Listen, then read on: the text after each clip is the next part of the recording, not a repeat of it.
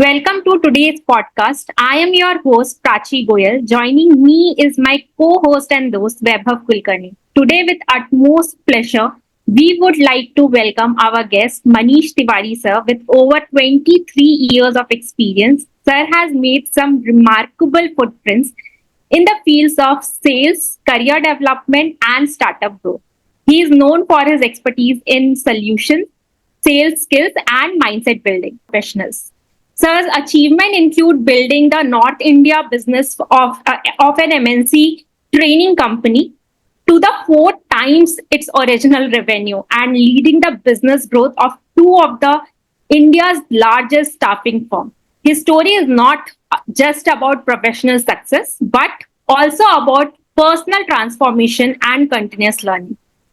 Please join me in welcoming Manish sir to our podcast. Welcome, sir. Hi, great to be here, Prachi and Vaibhav. Excited to talk to you and through you to the large audience that will be listening to this. Thank you, sir. Uh, sir, just to start off, I guess it's always better to start from the root and the ground. So, basically, where are you from? Because I think we have saw your reels. We like to engage with them. It's very informative. We get a lot of value out of it. But maybe we don't know that backstory of you, like starting with where you came from, then your entire journey. So, let's get started with that. Sure. Yeah, as you said, always good to start from the start. My origin, my journey begins from Bihar. I'm a native of Bihar state, born and brought up in Patna. And I belong to a middle class family. I will say a very well educated middle class family. My father is a teacher, professor. My mother is also fairly well educated. So I was born and brought up there. मेरी schooling वहीं से हुई, पटना से. And graduation भी मैंने बिहार में किया. And after that I moved out and I did my MBA from GIM, Goa Institute of Management, और वहाँ से फिर आगे आगे का सफर शुरू हुआ. Great. Sir, I would like to mention कि मैं भी पटना से हूँ. So my Oh. mother is from Patna. एक चीज है जो बिहारी लोगों के बारे में मैं जानता हूँ is that they have no मतलब उनके पास में कॉन्फिडेंस की बिल्कुल कमी नहीं होती. ये मेरा पर्सनल एक्सपीरियंस है. सो एनीवेज या so then you like what about the graduation part? So like basic studies और ये कैसा था, मतलब क्या stream में था and then like uh, Yeah. Sure. तो फर्स्टली अगेन ये बड़ा इंटरेस्टिंग टाइम है, हम पॉडकास्ट कर रहे हैं. अभी कुछ दिन पहले ही 12th के और 10th के रिजल्ट्स आए हैं. yeah एंड काफी परसेंटेज एंड उस पर बहुत है, तो maybe it's interesting thing to say. I was an average student. I was never a topper. ऐसा नहीं कि क्लास टॉपर हो, बोर्ड टॉपर हो, वैसा कुछ नहीं था. I was a good student, I would say, but not the topper. तो मे बी एक इम्पॉर्टेंट चीज की 10th के मार्क्स, 12th के मार्क्स, ग्रेजुएशन के मार्क्स, ये सब ठीक है, इम्पोर्टेंट है एक एक हद तक, बट लाइफ में बहुत कुछ है इससे आगे. So let's say people have not got very good marks and all, honestly does not matter. मेरे अगर अपने बैच में मैं देखूं तो बहुत सारे ऐसे लोग हैं जिन्होंने बहुत अच्छा परफॉर्म नहीं किया था अपने बोर्ड्स में या 12th में, but they have done very well. right सो वो है. आई did my graduation in science. तो this was also, you have to understand, I know Prachi, you and Vaibhav belong to a different generation, but I I I I I was there in the 90s in Bihar, and typically the way it is, बहुत stability और security के हिसाब से वो society चलती है. And so science पढ़ना है, science was the thing. Science करो, उसके बाद maybe look for a government job used to be the thing. So I basically did science. Science में मैंने फिजिक्स में किया ग्रेजुएशन, एंड देन चीजें शिफ्ट हुई बिकॉज फिर I did not took the typical route with a lot of people in Bihar tech. great and then फिर I guess you are अभी आप जो है दिल्ली में हो, I guess, right? So you have Yes. you have been always in Delhi या मतलब पहले कोई और पटना में थे and then like you then shifted to Delhi, like what is your early career job and then that stuff? नहीं, तो Patna remains my home town. I have a house out Okay. There, and but as I said, एक बार जब बाहर निकल गए, when I did my MBA, I worked across the country. तो पूरे भारत में मैंने काम किया है, except I think eastern part of India. So I worked in Hyderabad, Chennai. I worked in Gujarat, worked in Mumbai. And उसके बाद I worked in Delhi. सो दिल्ली में पास्ट करीब 12 सालों से मैं रह रहा हूँ, और यहाँ पर obviously now I am settled here, but my roots remain there. So that way, I have an India exposure, I can say. तो सर इट्स बीन 23 इयर्स, आप मतलब 23 इयर्स से इस इंडस्ट्री में काम कर रहे हैं and then you are dedicated specially with the sales team, the other team. तो कहाँ से ये जर्नी स्टार्ट हुआ, like from which company you started and वहां से आपको लगा कि हाँ अब धीरे धीरे how you move to this level? Okay, very interesting, Prachi, and maybe this would be a interesting insight. पहली चीज, I now work, as you know, all of you know, I work as a sales coach, sales trainer, sales expert. यही मेरी identity है आज। But 23 साल 24 साल पहले जब मैंने अपनी जॉब शुरू की थी, तो मुझे ऐसा कुछ भी आइडिया नहीं था कि मैं ऐसा थॉट थ्रू डिसीजन नहीं था सेल्स में आने का। मेरी normal personality is not the typical sales personality. तो I am not a very extrovert person. I have never been really somebody जो पब्लिक स्पीकिंग बहुत कर रहा हो। स्कूल कॉलेजेस में कभी मैंने इन सब चीजों में पार्टिसिपेट नहीं किया है। तो मेरे लिए after my MBA, full time MBA, sales was not the natural job. But this was 99 2000, और कोई जॉब ज्यादा थी नहीं, टेक में थी। और टेक में मेरा, क्योंकि I was not an engineer, तो there was always a demerit है कि आप इंजीनियर नहीं है तो टेक में जाना मुश्किल था उस समय। So the only job I could get was sales. तो इस तरह से I actually got into sales, and I started off with a small company called Nomus systems in Hyderabad. ये मेरी पहली जॉब थी सेल्स एग्जीक्यूटिव की, and I still remember I use to earn 5000 rupees. तो 5000 रुपए 1999 में मेरी पहली तनख्वाह, हाथ में कट के 4500 रुपए कुछ आते थे। That is where the journey. Sir आपका जो सेकंड, आई थिंक सेकंड, और I don't know exactly is it a second, but I think आपने एक ट्रांजिशन लिया था जीटीएल लिमिटेड में, और then I think it was a big company, right? GTL limited शायद। Yes, तो yes. वो ट्रांजिशन कैसे था? Because working in a small company and then working in a big company is like, I guess there is a difference की cultural difference है, काम का load शायद डिफरेंट हो सकता है, and then No, absolutely. So I started with a couple of small companies. तो शुरू में पहली दो कंपनियां काफी छोटी थी, बट फायदा ये था ये स्टार्टअप्स थी। तो I always believe when you join startup at a early stage, आप बहुत सीखते हो। इसलिए अच्छा। मैं काफी लोगों को ये कहता हूँ कि अगर यंग क्राउड है, आपको अच्छे स्टार्टअप में मौका मिल रहा है शुरू में, तो यू शुड ज्वाइन, बिकॉज वहां तो मुझे काफी सीखने को मिला अपनी पहली दो जॉब्स के अंदर। पैसे ज्यादा नहीं थे, बट सीखने को ज्यादा मिला है। The way I look at it is, शुरू में आप सीखो, पैसे बन जाएंगे। पैसे तो आ जाते हैं, पैसे फिर नॉलेज के आते हैं। तो मेरा यही स्ट्रेटेजी थी, और मैंने वो किया। फिर मैं जीटीएल जीटीएल काफी बड़ी कंपनी है, ग्लोबल टेली सिस्टम्स, इंडिया की वन ऑफ द लार्जेस्ट या टेलीकम्युनिकेशन इंफ्रास्ट्रक्चर कंपनी है, मुंबई बेस्ड है। I was based in Hyderabad. तो उनके साथ मेरे 3 साल मैंने काम किए। बड़ी कंपनी में फायदा ये हुआ कि स्ट्रक्चर मिला, काफी सिस्टम्स थे उनके पास, स्केल था। तो आप स्केल और सिस्टम्स के साथ काम करते हो। बहुत अच्छे मेंटर्स मिले मुझे, सीनियर बॉसेस थे मेरे साथ जो गाइड करते थे। तो मैंने, अगर मैं बोलूं कि हार्डकोर सेलिंग, जो एक एंटरप्राइज सेल्स और सोल्यूशन सेल्स, जीटीएल में सीखना शुरू किया। और जीटीएल में मैंने ट्रेनिंग्स भी की।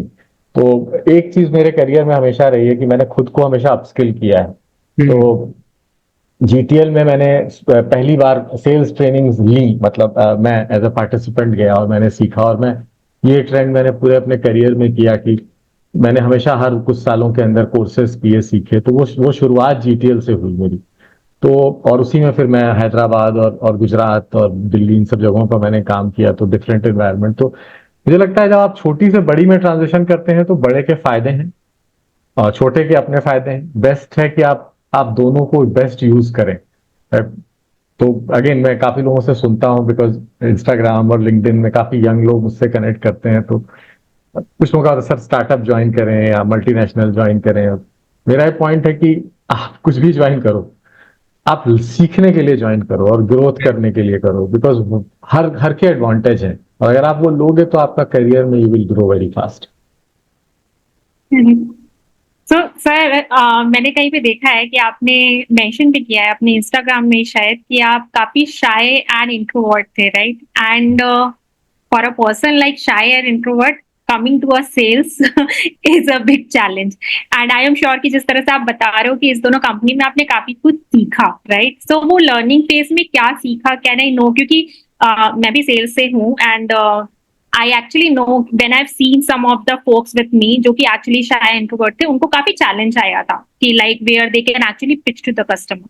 सो what was that learning phase जो कि हमारे ऑडियंस को भी हेल्पफुल हो कि हाँ ठीक है, this is something what they can opt in their sales career? No definitely Prachi, I think good point. I think मेरे भी दो फेजेस रहे हैं, आई वुड से, इन सेल्स. पहला वो, और जब मैंने शुरू किया था, आई एम श्योर आप लोग भी शायद एग्री करेंगे, सेल्स की एक इमेज है मार्केट में. सेल्स को अगर आप लेते हैं तो सेल्स मतलब बहुत aggressive, ready to sell, in the face, talkative, life of the party. ये एक नॉर्मल डेफिनेशन हम लोग लेकर चलते हैं. और मैं भी जब सेल्स में आया था तो मेरा भी यही थॉट था. तो ऑनेस्टली मेरे पहले 1.5 साल बहुत अच्छे नहीं हुए थे सेल्स के अंदर, बिकॉज मुझे लग रहा था कि मैं काफी ट्राई कर रहा हूँ हार्ड, और मेरा नेचुरल स्टाइल वो था नहीं. आई थिंक जो ट्रांजिशन में मैंने सीखा, और आई थिंक ये सबसे बड़ी मेरी लर्निंग है, जो आज मैं हमेशा जब मौका मिलता है तो मैं हमेशा नए लोगों को ये कहता हूँ कि जब मैं आगे गया तो मैंने समझ आया कि एक्चुअल जो सेल्स है, खासकर जो इंटरप्राइज सेल्स है और सोल्यूशन सेल्स है, जो हाई टिकट सेलिंग है, वहां पर you don't need, first of all, you don't need to talk much. You need to listen.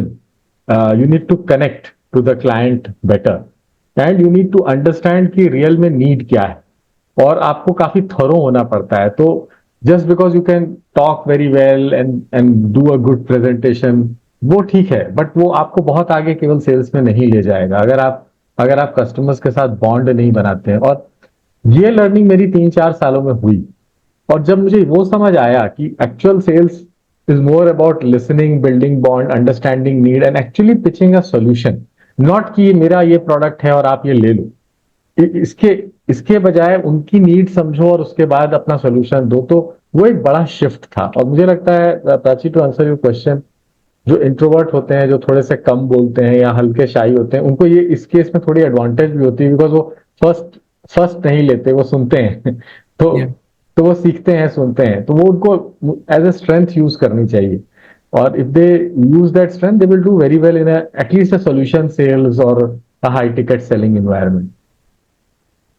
But about the small tickets also, sir, what I have realized is, I have always been in edtech industry, and even when you are interacting with the parents, काफी बार ये important हो जाता है कि उनके साथ bond बना लो. Emotional talks if you do, actually you will be able to understand them, and then उसके बाद फिर उनके बच्चे के लिए आप कुछ दे रहे हो. जो चीज आई बिलीव, अगर आप बोले कि एग्रेसिव सेल, वहां पे आई गेस बाइजूस ने किया हुआ है, right? But somehow they have failed, right, in that particular format. कुछ टाइम तक वो चलेगा, लेकिन आगे लॉन्ग प्रोसेस के लिए वो सही नहीं चलेगा. सो डोंट यू थिंक कि ये प्रोसेस जो आपने बोला, listening skills, this is important for every kind of sales? Absolutely. Listening skills तो मुझे लगता है सेल्स ही क्या, मैं तो आजकल मैं लीडरशिप वर्कशॉप्स भी लेता हूँ, and I tell them as a leader, आप सेल्स को अगर साइड में भी रखिए तो लिसनिंग स्किल्स बहुत इंपॉर्टेंट है. आप अगर आप लिसन नहीं करते लोग, और सबसे अच्छा बॉन्ड सुनने से बनता है, बोलने से नहीं बनता. That is most important. So absolutely selling में listening skills are important, building a bond is important. और maybe I like to point out to one shift that I have seen, Vaibhav and Prachi. पहले शायद इसकी importance पहले भी थी, आज भी है, पहले थोड़ी कम थी बिकॉज इंफॉर्मेशन कम था. तो अगर मैं जा करके लोगों को बताऊं कि सर मेरा ये है, ये प्रोडक्ट है, तो लोग सुनते थे, बिकॉज लोगों के पास इंफॉर्मेशन नहीं होती थी. आज हम जिस दुनिया में हैं और आज हम जिस तरह की सेलिंग कर रहे हैं, everybody knows everything. Google, internet, AI, कहीं भी जाकर के अगर आप किसी क्लाइंट से बात करें, जो कोई क्लाइंट छोटे टिकट के लिए भी आता है तो वो अपना रिसर्च करके आता है, उसको इंस्टाग्राम से कहीं से कुछ तो पता है, तो बिल्कुल अननोन नहीं है. तो द क्लाइंट इज नॉट, आपको क्लाइंट को इंफॉर्मेशन देनी कम है, उसकी चीजें समझनी ज्यादा है, बिकॉज जनरल इंफॉर्मेशन के लिए अब वो टाइम नहीं है. और इसीलिए उस तरह के लोग अब सेलिंग उतनी अच्छी नहीं कर सकते अगर वो अपने को बिल्ड नहीं करेंगे. अपनी ये जो लिसनिंग स्किल्स है, क्लाइंट अंडरस्टैंडिंग स्किल्स है, बॉन्डिंग स्किल्स है, वो अगर नहीं बिल्ड करेंगे तो they can not sell now and in future. Right.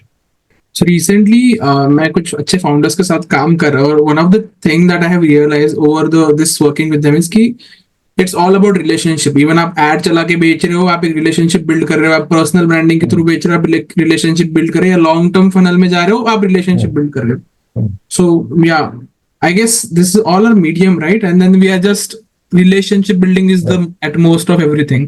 Absolutely, absolutely. Perfect. And then sir, आपका जो आगे का जर्नी था, जहाँ पे आपने आई थिंक थोड़ा सा I can say more diversion to a corporate kind of life, जहाँ पे आपने टीम लीज में, एपटेक में और एड एक्स्ट्रा कंसल्टिंग फोकस में भी काम किया है।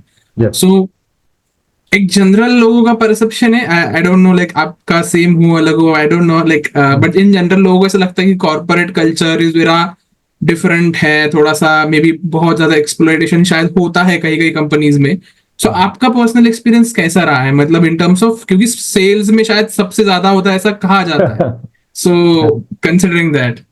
No, nice question. स्पेशली आजकल जब हम बात कर रहे हैं तो बहुत ज्यादा एक बैकलैश है corporate culture and toxic culture, और बहुत सारी चीजें लोग कहते हैं आज। And may be it's good that you asked me this question.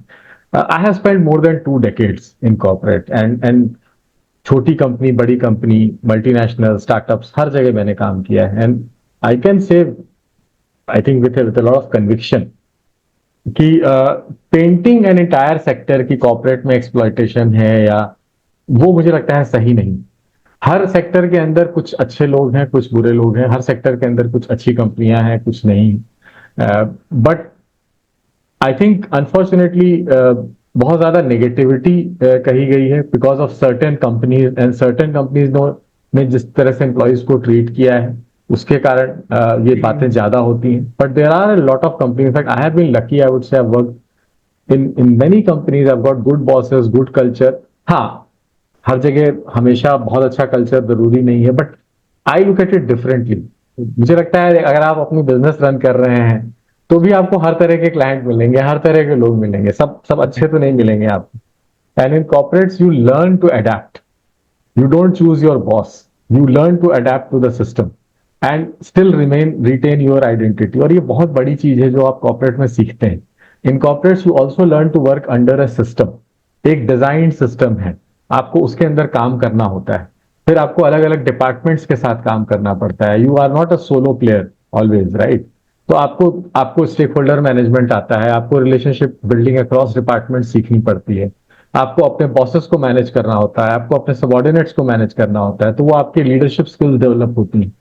तो ये बहुत सारी एडवांटेजेस हैं मुझे लगता है। तो इसलिए मैं तो काफी लोगों को कहता हूं कि मेरा अपना व्यू है, कुछ लोग शायद इसको नहीं मानेंगे, कि हर इंसान को 5 साल, 7 साल, 8 साल कुछ कॉर्पोरेट स्ट्रक्चर में काम करना चाहिए, because you learn a lot. And उसके बाद अगर आप अपना कुछ करना चाहते हैं तो भी अच्छा है, but I think there is a lot of things that you can learn working in corporates.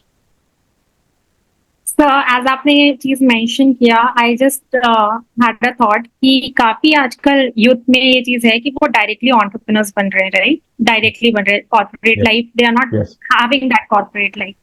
And जिस तरह से आपने मेंशन किया कि लेट्स से कि अगर कॉर्पोरेट लाइफ में कुछ टाइम रहने के बाद फिर अगर वो सीएक्सओ लेवल या हायर लेवल पे आते हैं, तो the managing style, the leadership style what they will be following, will that be much better? क्योंकि क्या होता है कि आजकल यूथ में जो एंटरप्रेन्योर्स बन जा रहे हैं, उसके बाद इन केस कि उनका बिजनेस नहीं चला, उसके बाद when they move to the corporate role, then they find a lot of challenge कि किसी के अंडर अब मुझे काम करना है। सो डू यू थिंक कि मतलब जैसे आपने सजेस्ट किया कि हाँ ये चीज होना चाहिए सबके लाइफ पे, तो that is something which is missing right now because of this corporate life खराब है, जितना चल रहा है उस तरह से ये चीज मिस हो रहा है इसलिए?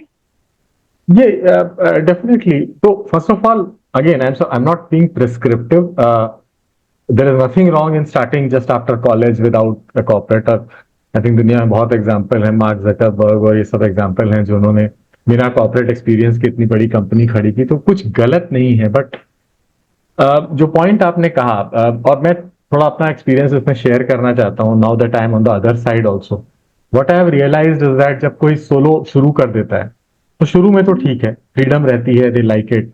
बट जैसे अगर आप एक सोलो पर्सन से थोड़े से बड़े होते हो और आपको अपनी टीम हायर करनी होती है, as a even independent business owner आपको एक टीम बनानी पड़ती है, तो उन लोगों को वहां से चैलेंज आने शुरू होते हैं। उन्होंने कभी टीम मैनेज नहीं की है, वो खुद कभी टीम के अंदर काम नहीं किए हैं।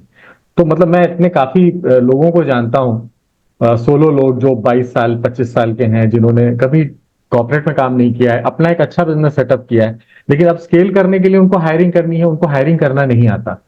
उन्होंने कभी जेडी बनाया नहीं है, उन्होंने कभी इंटरव्यू प्रोसेस देखा नहीं है, उन्होंने किसी बॉस के अंडर, अब वो बॉस है, उन्होंने खुद किसी बॉस के अंडर काम नहीं किया है, तो उनको पता नहीं है कि अपनी टीम को कैसे मैनेज करें। और फिर उनको समझ नहीं आता कि हम कैसे करें, तो वो फिर बर्न आउट होने लगते हैं। फिर उनको लगता है नहीं, हम सोलो ही अच्छे हैं। और फिर अगर वैसे ही लोग कॉर्पोरेट में जाते हैं, राइटली प्राची, अगर वो उनका नहीं चलता, वो कॉर्पोरेट में जाते हैं, तो उनको क्योंकि इतनी आदत है अपने ढंग से रहने की, कॉर्पोरेट्स के अंदर आपको एक सिस्टम और स्ट्रक्चर के अंदर काम करना पड़ता है, तो उनको बहुत दिक्कत होती है एडजस्टमेंट्स करने के अंदर। सो आई वुड से कि ये चीजें सोचनी चाहिए आज लोगों को, क्योंकि इंटरप्रेन्योरशिप, अपना business is a very long game. ये फन नहीं है। और ये 1-2 दिन का फन नहीं है। अगर आपको कुछ बड़ा बिल्ड करना है तो आपको 5 साल 10 साल के सोचना पड़ेगा। आप अकेले नहीं बिल्ड कर, आप शुरू में स्टार्ट अकेले कर सकते हैं, लेकिन आपके साथ टीम आएगी, फ्रीलांसर्स आएंगे, अलग लोग आएंगे, रिमोट वर्क के लोग आएंगे। आप कैसे मैनेज करोगे लोगों को? आपने तो कभी मैनेज ही नहीं किया है, आपको किसी ने मैनेज ही नहीं किया है, तो हाउ विल यू नो? और ये किताबों से नहीं आप पढ़ सकते हैं, ये आपको लाइफ से, एक्सपीरियंस से करना पड़ेगा। और मुझे लगता है कि मेरे लिए यही सबसे बड़ा एडवांटेज था कि मैंने क्योंकि इतने साल काम किया है, तो आज मैं आपको एक एग्जांपल बताऊंगा कि मेरी जो टीम है, जिनके साथ मैं काम करता हूँ, वो करीब करीब मेरी आधी उम्र के लोग हैं, और 4 लोग हैं और 4 शहरों में। और मैं बहुत आराम से उनके साथ काम करता हूँ, और वो मुझे कहते हैं कि सर आप हमारे सबसे अच्छे क्लाइंट हैं, बिकॉज दूसरे क्लाइंट्स के साथ हमारी बनती ही नहीं है, इनको समझ ही नहीं आता कि वो कैसे काम कर रहे हैं, क्या है। And may be it is because मैंने पैन इंडिया टीम्स मैनेज की हैं पहले and in my corporate career, तो आज मैं एक फ्रीलांसर्स की टीम भी मैनेज कर पा रहा हूँ। So that is the point. what I understand. Sorry Prachi, हाँ, इंटरप्ट कर रहा हूँ, बट सर ऐसा आपको लगता है क्या कि थोड़ा पेशेंस भी आ जाता है? आई थिंक थोड़ा सा, क्योंकि मैं आजकल देखता हूँ बहुत सारे फाउंडर्स जो उनके एम्प्लॉयज होते हैं बहुत स्कोल्ड करते हैं, उनको बहुत डांटते हैं अननेसेसरी, और उनका फिर मोटिवेशन नहीं रहता बेसिकली, मैं क्यों काम करूँ फिर इस कंपनी के लिए, काइंड ऑफ ऐसा कल्चर हो जाता है थोड़ा सा टॉक्सिक। No no, absolutely. मतलब स्पेशली अगर आप सेल्स की बात करें, I remember in some of my early career days, हमारे रिव्यू मीटिंग्स होती थी सेल्स में, कभी कभी 11 बजे रात तक होती थी, 12 बजे रात को होती थी, और फिर सुबह 6 बजे बुलाया जाता था। तो जब आप इस लाइफ से रहते हो अब, तो आपको पता है कि थोड़ा हार्ड वर्क होता है, स्ट्रेच होता है, करना पड़ता है आप, और हमेशा चीजें आपके तरह से नहीं जाती। You have to take some back steps also. तो एज यू राइटली सेड, तो आप जब खुद ये करके आते हो, और फिर अगर आप किसी टीम को मैनेज करते हो as a independent business owner, तो आप ज्यादा समझते हो, आप उनकी चीजें भी समझते हो, बिकॉज आपने भी ये देखा है। और अगर आप कभी कुछ मैनेज नहीं कर रहे हो, फर्स्ट टाइम आप मैनेज कर रहे हो, तो आपका पेशेंस लेवल कम होगा। और ये जो आजकल हम देख रहे हैं, बहुत से फाउंडर्स का भी हम देख रहे हैं कि उनके बारे में आ रहा है, और पैसे सडनली आ गए हैं, मैनेज कभी किया नहीं है, एक्सपीरियंस है नहीं, and everybody wants quick money. वो मुझे लगता है ये जो इंटायर इवन तो स्टार्टअप्स के अंदर तो थोड़ा टॉक्सिसिटी आ गई है, वो उसका रीजन ये भी है। राइट। बेसिकली ये लाइफ आपके लीडरशिप स्टाइल को एनहांस करती है, what I understand after your insights, कि एक्चुअली इस कॉर्पोरेट लाइफ के थ्रू अगर आप जाओगे तो obviously your skills will be improved and then you are at a better place जहाँ पे कि आप पूरा मैनेज कर रहे हो ऊपर से। Yes, That's a good insight, sir. And sir, now I want to understand कि now इतने लंबे पीरियड में obviously you have mentioned 2-3 times about upskilling कि आपने इस चीज पे बहुत ध्यान दिया है अपनी तरफ से, and even कुछ ना कुछ कोर्सेज बीच बीच में करते गए। तो I just wanted to understand कि मिड लेवल करियर में जनरली स्टार्टिंग में तो वी नो कि हाँ हम ये कर लेंगे इसलिए हम इसमें आ जाएंगे, लेकिन मिड लेवल करियर में किस तरह से अपनी अपस्किलिंग करें जो कि एक्चुअली वो करियर पाथ बनाने में हेल्प कर पाए। बिकॉज एवरीबडी गेट स्टक कि वेदर हम ये कोर्स करें कि नहीं। आज के टाइम पे इतने कोर्स लाइक हेवी प्राइस के भी हो गए कि people think about it 10 times कि उस चीज को करना चाहिए कि नहीं, but how much that is helpful in building the build. Sir और एक फॉलो अप सेम हाँ। क्वेश्चन है कि बिकॉज आई थिंक पहले के जमाने में इतने जैसे कि ऑनलाइन कोर्सेज हो गए, ये इतना ट्रेंड में नहीं था, तो then Yes. Going for a mainstream like MBA and these executive courses was a thing. But considering same with the Prachi कि आज के जमाने में क्या करना चाहिए, is it okay to do small bites of courses या you should opt for MBA, मतलब just trying to understand the scenario. तो पहले तो on lighter note I think हम पहले के जमाने थोड़ा इजी था ज्यादा थे ही नहीं तो फिर कंफ्यूजन भी कम था, so Yeah. We got away with a lot of things. अब बहुत चॉइसेस हैं, तो as both of you have rightly said काफी कंफ्यूजन रहता है। और मैं क्योंकि काफी करियर कोचिंग भी करता हूँ अपने काम में, मेंटरिंग भी करता हूँ, सो ये सब सवाल आते वहां भी हैं। तो मेरा एक कुछ पॉइंट्स हैं इसको लेकर के, which I also advise my clients. एक जो प्राची आपने कहा सबसे इंपॉर्टेंट, मिड करियर में आकर जो पहली गलती मुझे लगता है लोग करते हैं कि दे स्टॉप अपस्किलिंग। उनको लगता है कि हमें 8 साल 10 साल 12 साल का एक्सपीरियंस हो गया है, अब तो हम वी हैव अराइव्ड एंड बस अब ऊपर। तो आई थिंक ये बहुत बड़ी मिस्टेक है। पहली बात कि मिड करियर में आपको कभी भी अपस्किलिंग छोड़ना नहीं चाहिए। सेकेंड, बिकॉज वहीं से स्टैग्नेशन शुरू हो जाता है।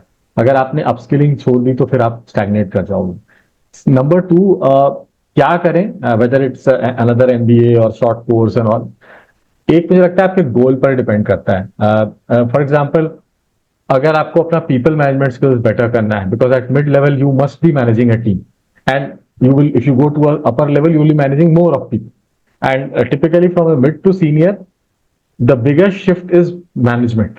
आपका मैनेजमेंट जितना अच्छा होगा आप उतना ज्यादा ग्रो करेंगे rather than technical skills.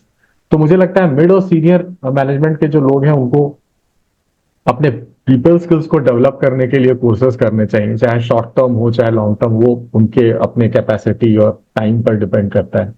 But how you manage teams, how you manage remote for example, and how you lead, तो वो जरूरी है। टेक्निकल स्किल्स जरूरी हैं, अब तो बहुत जरूरी है बिकॉज टेक्नोलॉजी बहुत जल्दी बदल रही है and technology is coming every, तो उस वक्त भी करना चाहिए। बड़े कोर्सेज और छोटे, मेरा जो यही फर्क है कि जो ट्रेडिशनल यूनिवर्सिटी कोर्सेज होते हैं या ट्रेडिशनल एमबीए होते हैं या एग्जीक्यूटिव एमबीए होते हैं, वो अभी भी मुझे लगता है बहुत ज्यादा मार्केट लिंक नहीं होते। तो मार्केट में जो प्रैक्टिकल नॉलेज चाहिए होती है वो काफी सारे जो मे बी दूसरे जो स्मॉलर कोर्सेज होते हैं या वो है, तो वहां से, और वो आप अपनी जॉब के साथ भी कर सकते हैं। तो it is easy right, shorter courses आपको आपको इनरोल करने में उतना नहीं, तो मुझे लगता है वो ज्यादा फायदेमंद होता है। बाकी it's your own choice I would say. But do you think sir कि मतलब अगर एग्जीक्यूटिव कोई करते हैं तो उनके पास एक डिग्री जैसे वो काउंट होता है, बट अगर वही सर्टिफिकेशन करें there is no value of it. If I talk about me only, मैंने ग्रोथ हैकिंग का एक कोर्स किया, but there is no as such जो डिग्री फॉर मी, राइट? वो दिखाने में अच्छा है कि ठीक है, लेकिन आज के टाइम पे वो कोर्स का वैल्यू भी नहीं है। When we are talking to the interviewers, वो उतना वैल्यू भी नहीं दे रहे इस तरह से कोर्स को। देखिए ये एक इंटरेस्टिंग पॉइंट है कि वैल्यू वैल्यू वर्सेस सर्टिफिकेशन वाली जो पॉइंट है आपने बोला है, तो अगेन अगर आपको पेपर सर्टिफिकेट की वैल्यू चाहिए तो obviously you need to go to some institute and get it. कई जॉब्स में वो लगती हैं, बट मेरा अपना जो एक्सपीरियंस रहा है कि at the end of the day it is the application of knowledge which works. आपने कहीं से कुछ सर्टिफिकेट ले लिया है, लेकिन अगर आप फॉर एग्जाम्पल ग्रोथ हैकिंग, अगर आपने किसी स्टैब्लिश्ड इंस्टीट्यूट से लिया है जहां कोई प्रोजेक्ट्स नहीं है बट आपको थ्योरी का पढ़ा करके सर्टिफिकेट दे दिया गया है और आप जा करके वो अप्लाई नहीं कर सकते हैं, देन सूनर और later you will be exposed on that. So I don't, at least the way I look at the world, I think tags वाले सर्टिफिकेट्स जो होते हैं those are going to be less and less important rather than, मतलब I give an example. अगर मेरे पास दो लोग आते हैं, एक कहते हैं मैंने एसईओ किया है आई एम बैंगलोर से, और एक कहता है कि मैंने एसईओ किया है मे बी ग्रोथ स्कूल से एंड प्रोजेक्ट किए हैं, तो मैं शायद ग्रोथ स्कूल वाले को लूंगा because I would believe that that person has actually done some projects and has actually implemented that. Because मुझे लगता है स्टार्टअप्स और बिजनेस ओनर्स प्रैक्टिकल चीजों को ज्यादा वैल्यू देते हैं। कुछ ट्रेडिशनल कंपनियां अभी भी हैं, but I think it depends upon who you are applying and where you are.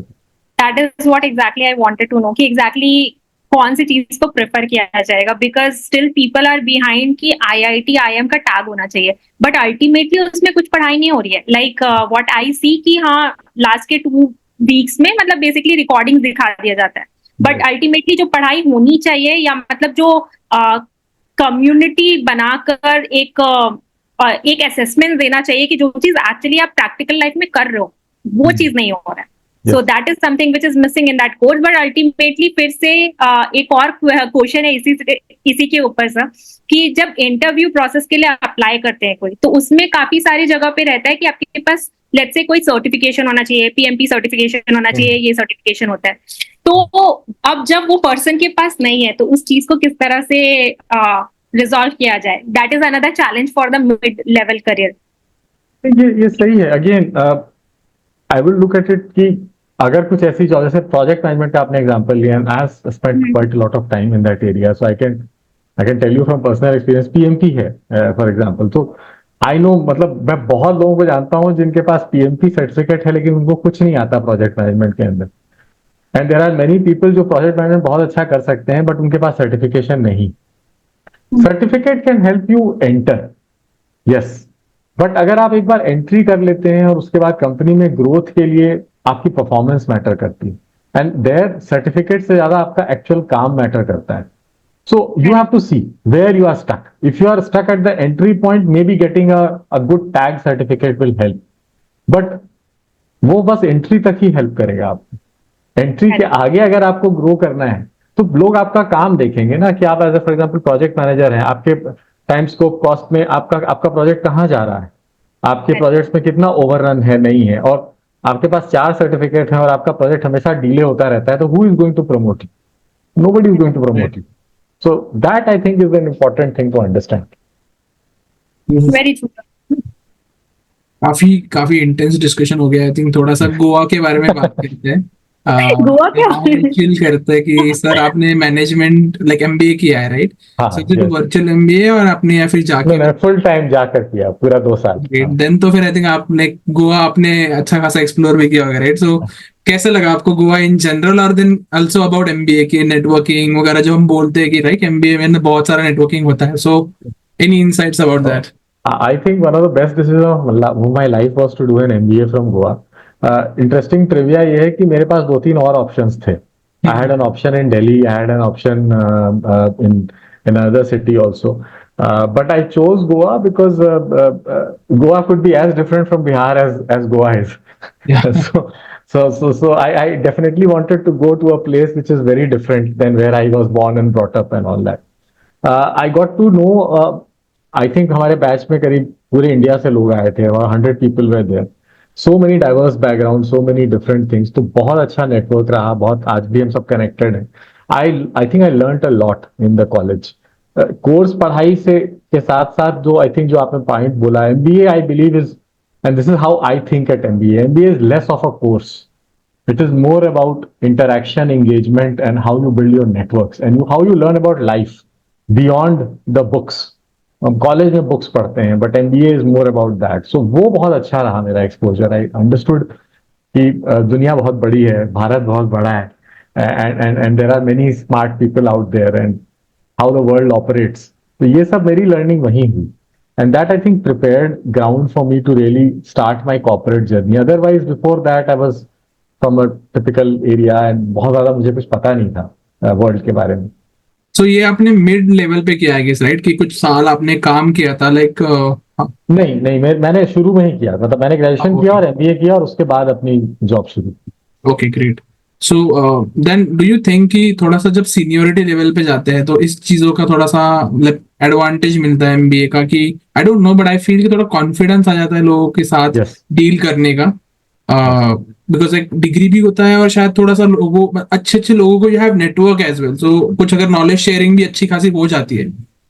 Yes, I think एक जो बड़ा एडवांटेज मुझे लगता है लोग थोड़ा मिस कर जाते हैं एमबीए में, like to highlight that if you do a MBA and then do a job, या एमबीए करके अगर आप जॉब कर रहे हैं, तो एक बड़ा advantage, MBA gives you the holistic picture of a business.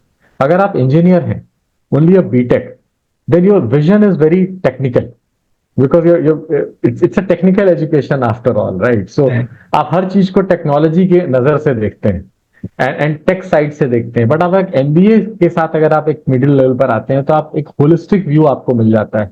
You don't just look at things in isolation, और ये बहुत बड़ा एडवांटेज है at the mid and senior level. शुरू में तो नहीं बट बाद में। और दूसरी चीज पीपल मैनेजमेंट स्किल्स जो आपको सिखाई जाती है एमबीए में, जो एक टिपिकल टेक्निकल कोर्स में नहीं सिखाई जाती, तो वहां से भी बेटर होता है। तो आई स्ट्रांगली एडवाइज आप एमबीए करके जाए, या अगर आप कुछ दिन टेक करके जॉब कर रहे हैं तो उसके बाद maybe pick up an MBA, because that will after 4-5 years of work experience. So that's also a great idea, because I think that really helps somebody get to the middle and senior level. Right. That's an interesting insight, sir. So now, sir, अब वापस आते हैं professional career में, because I have some more questions related to after the mid career. So let's say कि now upskilling हो गया and all, and you are more than like a senior person where you are handling the whole team. And what I understand from you, sir, कि आपने multiple industries पे काम किया है, right? कि हर industry में आपने different तरीके से अपने skills को enhance किया. So now I want to know कि जब आप industry shift कर रहे हो, so कितना बड़ा फेज होता है कि मतलब जो आपका स्किल आपने इस इंडस्ट्री पे अप्लाई किया, whether that particular skills exactly you are able to implement in the other industry also, या वहां पे भी आपको चैलेंज आता है, या वहां पे कुछ अपस्किलिंग की रिक्वायरमेंट होती है which will be more helpful to indulge in that particular industry? I think very good question, Prachi. So, Mera, just to give a context to the viewers over here, I've worked across 5 different industries, and I've worked in sales across these 5 different industries. जो normally common नहीं है, आप अगर आप देखो तो लोग FMCG में होते हैं तो पूरा करियर FMCG में, टेक पर होते हैं तो पूरा करियर टेक में होते हैं, because it is easy. Obviously अगर आप 4-5 साल एक इंडस्ट्री में होते हैं आपको न्यूएंसेस पता चल जाते हैं उसके, इट इज ईजी. बट मेरी सोच थोड़ी अलग है इसमें, और ये मैंने कॉन्शियस शिफ्ट किए थे. The way I had looked at it कि अगर आप सेल्स में हैं, ये मेरा बिलीफ है कि फॉर एग्जांपल अगर आप सेल्स में हैं और अगर आप कहते हैं कि आप अच्छे सेल्स पर्सन हैं, then ideally you should be able to sell across the country and across industries, because human beings तो वही हैं and sales is all about psychology, right? And ultimately सबको वैल्यू चाहिए, सबको अपना फायदा चाहिए. तो आप एक डब्बा बेच रहे हैं या कोई सोल्यूशन बेच रहे हैं, certain principles are common. So to answer your question, across industry shifts are not easy, but you never start from zero. ये misconception है कि अगर मैंने इंडस्ट्री शिफ्ट की तो मैं जीरो से शुरू करूंगा. It is not like that. Like I have made shifts, तो मैंने हमेशा पिछली इंडस्ट्रीज की नॉलेज को लिया है और उसको बिल्ड किया है दूसरी इंडस्ट्री के अंदर, एंड ऑब्वियसली दूसरी इंडस्ट्री की नई नॉलेज को भी लिया है. So the ability should be to unlearn and learn. I think that's a key ability that people should have. अब तो और ज्यादा जरूरी है, बिकॉज तभी आप ग्रो कर सकते हैं. तो आसान नहीं है, but it is great for growth. And I will give you a concrete example. मेरी लास्ट इंडस्ट्री जो मैंने काम किया था, that was edtech and SaaS. उसके पहले मैंने कभी भी SaaS प्रोडक्ट नहीं बेचा. मैंने कंसल्टिंग सर्विसेज और ये किया था. बट जब मैं SaaS में आया तो ऑब्वियसली SaaS की काफी सारी नई चीजें मुझे सीखनी पड़ी, which was learning for me. But क्योंकि मैंने हाई टिकट कंसल्टिंग बेची हुई थी, तो मैंने SaaS की जो कस्टमर सक्सेस को मैं मैनेज करता था सेल्स के साथ साथ, तो वहां मैंने वो प्रिंसिपल्स लगाए जो मैंने वहां से सीख कर मैं आया था, और वो बहुत सक्सेसफुल हुए यहाँ. क्योंकि तो फिर क्रॉस इंडस्ट्री नॉलेज आपको बहुत वैल्यूएबल बना भी देती है. तो it depends upon how you are using your knowledge. और अगर आप क्रॉस इंडस्ट्री नॉलेज को यूज करते हैं, you become a very valuable resource in the corporate world and even in the consulting world. So, sir, is there any meta skills what you can like suggest to our audience? Ki, okay, these are the meta skills which you should have when you are in sales. Yeah, I am sure there are a few, not just in sales, but I think if you're doing corporate transitions, career transitions, first I think meta skill, which I think आप कुछ भी कर रहे हो, not just sales, but if you really want to grow in your career, is the skill of understanding people. Understanding the psychology of people and knowing people. That's very, very critical across the board. Second, your relationship building skills. जैसे वैभव भी पहले बोल रहे थे, सबसे बड़ा की है. और as you spend more and more time in your career, you will realize that people skills really are the biggest differentiator. कल को AI आ जाएगा, ऑलरेडी AI डेवलपर आ गया है, वो कोड तो वही लिख देगा, लेकिन बात मैं कैसे करूंगा वो अभी भी हम ह्यूमन करेंगे. दिल से दिल का रिश्ता तो ह्यूमन ही बनाएंगे. So that relationship skills, understanding people, that skill, and basically solutioning skill, कि आप कैसे उसकी नीड को समझ करके, चाहे आप एक डब्बा बेच रहे हो, चाहे आप कंसल्टिंग बेच रहे हो, ultimately need matching is very important. तो ये अक्रॉस द बोर्ड स्किल्स हैं. And also I think fourth, for sales, and for career growth, ability to handle failures and resilience is a very critical skill, because कोई भी ये नहीं कह सकता कि मैंने 20 साल 25 साल के करियर में हमेशा सक्सेस देखी एंड कभी मैं फेल नहीं हुआ हूं। ऐसा हो ही नहीं सकता है। I can really say every single individual who is at the top level has failed 1 year, multiple years, and the resilience is very important. तो ये कुछ मेटा स्किल्स हैं। अगर आप ये स्किल्स आपके अंदर हैं तो I can sort of right on a stamp paper and give that everybody will grow. You will grow. These are some amazing skills. I have just not noted it down. Definitely. So, guys, this is a part one conclusion here, because we have another part now, and we will be talking. हम उसके अंदर जानेंगे कि जो आप sir को जानते हो मेजरली ऑल अबाउट फ्रीलांसिंग, उनका mid age transition into freelancing, वो उन्होंने कैसे किया, सब बारे में. So let's conclude this part. I hope you enjoyed this one part. Stay tuned. Watch our second part. See you in that part. Thank you.